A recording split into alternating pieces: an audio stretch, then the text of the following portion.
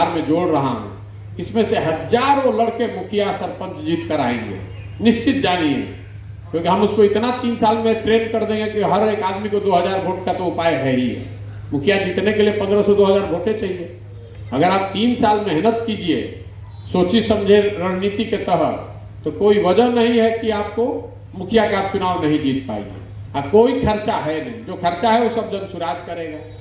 अब आप हमसे कहिएगा कि पाउच बांटने के लिए पैसा दीजिए, तो वो तो नहीं देंगे, लेकिन हम आपको वो व्यवस्था दे रहे हैं कि जिस व्यवस्था के तहत 2000 आदमी आपको नेता मान लेगा, वो खुद आपके पीछे चलेगा, आपको पाउच बांटने का जरूरत ही नहीं पड़ेगा। संभव है कि आप में से कुछ लोग चुनाव लड़कर न भी जीत पाए, लेकिन उसमें कोई बात नहीं है।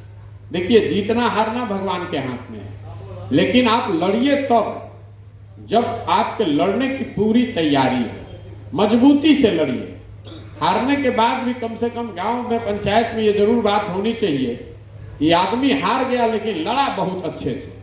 आप देखते होंगे कई लोग मुखिया सरपंच जीता है, उसके बारे में लोग कहते हैं कि भैया ए से जीत गए कि 2 बार बड़ा मजबूती से लड़त रहम, 100 वोट 200 वोट से हारत रहन, अब पहले जनता कहला से क्या चलो भाई एक बार इनका के मौका दे दो। जो आदमी मजबूती से लड़ेगा, परिश्रम करेगा, ईमानदारी से प्रयास करेगा, उसको आज नहीं तो कल सफलता मिलनी ही मिलनी है। अगर आप 2 बार में भी जीतते हैं मुखिया, तब भी 8 वर्ष में बन गए। 8 वर्ष का समय क्या है जीवन में? कुछ नहीं। जिसको डॉक्टर बनना होता है वो 8वां क्लास से पढ़ना शुरू करता है, 4 वर्ष बायोलॉजी पढ़ेगा, तो 12वीं में जाकर मेडिकल का एग्जाम देगा। बहुत होशियार है तो मेडिकल पास हुआ तो 5 वर्ष फिर MBBS पढ़ेगा, फिर 1 वर्ष का हाउसमैनशिप करेगा, फिर 3 वर्ष का MD करेगा, तब आकर आपके गांव में टेबल कुर्सी लगाकर रोगी देखना शुरू करेगा। तो कुल ये 4 और 6 10 और 12 साल तो कम से कम पढ़ के डॉक्टर साहब आए। और जब टेबल कुर्सी लगा कर आए तो पहले दिन से पूरा जवार उनके पास नहीं जाएगा।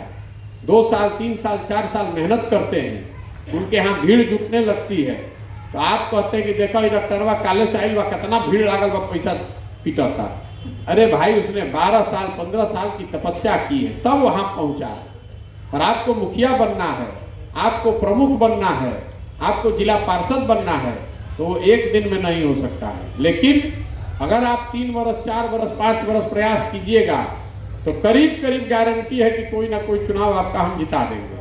करना आपको है, तय आपको कर रहा है। अब आप यहाँ आए, इसके लिए धन्यवाद। आप में से जितने लोग ऐप डाउनलोड किए होंगे, हम बिना किसी उद्देश्य के किसी से कोई काम नहीं कराते। जैसे आपको बताया कि कैरम बोर्ड क्यों भेजे हैं, व्हाट्सएप क्यों जुड़वा रहे हैं, पीके कनेक्ट ऐप क्यों जुड़वा रहे हैं। पीके कनेक्ट ऐप हमको डाउनलोड कराना रहेगा तो डिजिटली प्रचार करेंगे, पूरा बिहार का आदमी डाउनलोड कर लेगा, उससे मतलब नहीं है। ऐप इसलिए डाउनलोड करा रहे हैं कि आपसे जुड़े रहने का हमको अवसर वही है। आप कल पूछिएगा अपना कोई सवाल कि भैया हई तैयारी कर रहा मैंने में दिक्कत है, आवत क्या करी, वो तो व्हाट्सएप पर बात होगा नहीं। लेकिन पीके कनेक्ट ऐप पर हम आने वाले महीनों में बुलाएंगे सारे उन लोगों को जिन्होंने लिख के दिया कि हमको वार्ड सदस्य लड़ना है। अच्छा भैया, तुम्हारा तैयारी क्या चल रहा है, क्या दिक्कत हो रही है, क्या मदद और हो सकती है। आप मुखिया बनने वाले हैं तो आज यहाँ हैं, तो आपके पंचायत में आप आए हैं, कल हम चलते चलते खगड़िया पहुँच जाएंगे तो आप खगड़िया तो नहीं आ पाइएगा, लेकिन ऐप पर रहिएगा तो आप हमसे मिल सकेंगे, बात कर सकेंगे। जुगाड़ है बातचीत करने का, सीखने समझने का।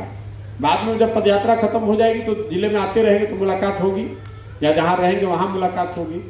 आप में से कुछ लोग ये भी उनकी इच्छा रहती है कि व्यक्तिगत मुलाकात होनी चाहिए, 1 to 1 बात करना है, उसमें भी कोई दिक्कत नहीं है।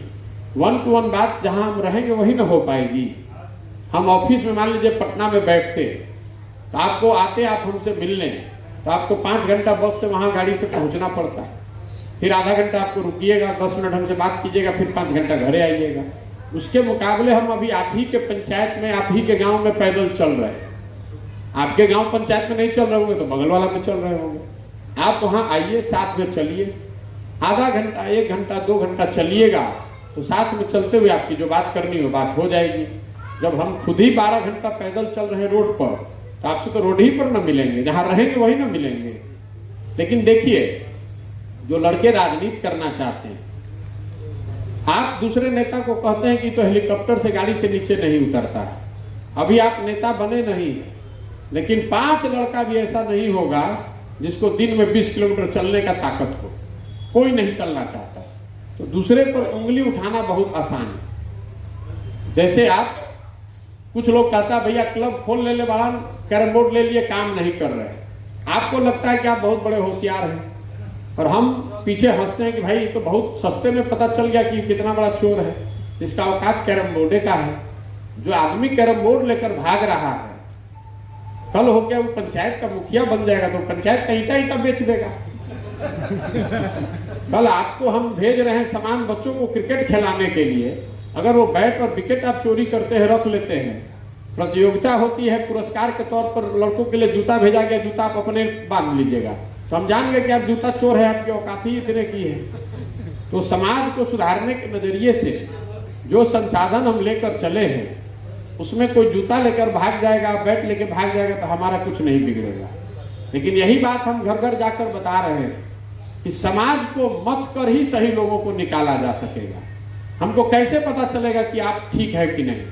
जब आपके हाथ में एक लिमिटेड संसाधन दिया जाएगा और आप उसका उपयोग समाज के भले के लिए करेंगे, यही तो प्रमाण है कि आप में कुछ जज्बा है, कुछ ईमानदारी है। नहीं तो अपना से तो खड़ा होकर सब यही कहेगा, ये काहे आइल बा राजनीति में, तो सब यही कहता है कि समाज सुधारने आए हैं, उससे तो बात नहीं बनेगी। तो ये थोड़ा रिसोर्स आपको दे रहे हैं, रास्ता दिखा रहे हैं कि आप इस रास्ते पर चलिएगा तो कुछ बड़ा बन सकते हैं, और इस रास्ते में चलते समय ईमानदारी रखिए।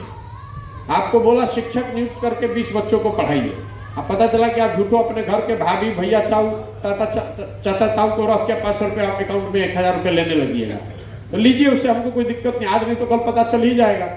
तो हमको ये जानकारी हो गई कि आपके पीछे ताकत बुद्धि पैसा लगाना बेकार है, आप आदमी फ्रॉड है। हर आदमी एगो ना आदमी कहेला कि जब तक एक मौका नहीं मिलल तबे तक ईमानदार बड़ा। तो आपको राजनीति में कुछ बनने से पहले हम वो मौका दे रहे हैं, आपके पीछे 10,000 20,000 50,000 रुपये खर्च कर रहे हैं, देखें कि आप में वो क्षमता है भी कि नहीं है। आप में से कुछ लोग इसमें लेके भाग जाएंगे, कुछ लोग इसका दुरुपयोग करेंगे, लेकिन समाज के इस बड़े अभियान में उसका कोई बहुत महत्व नहीं।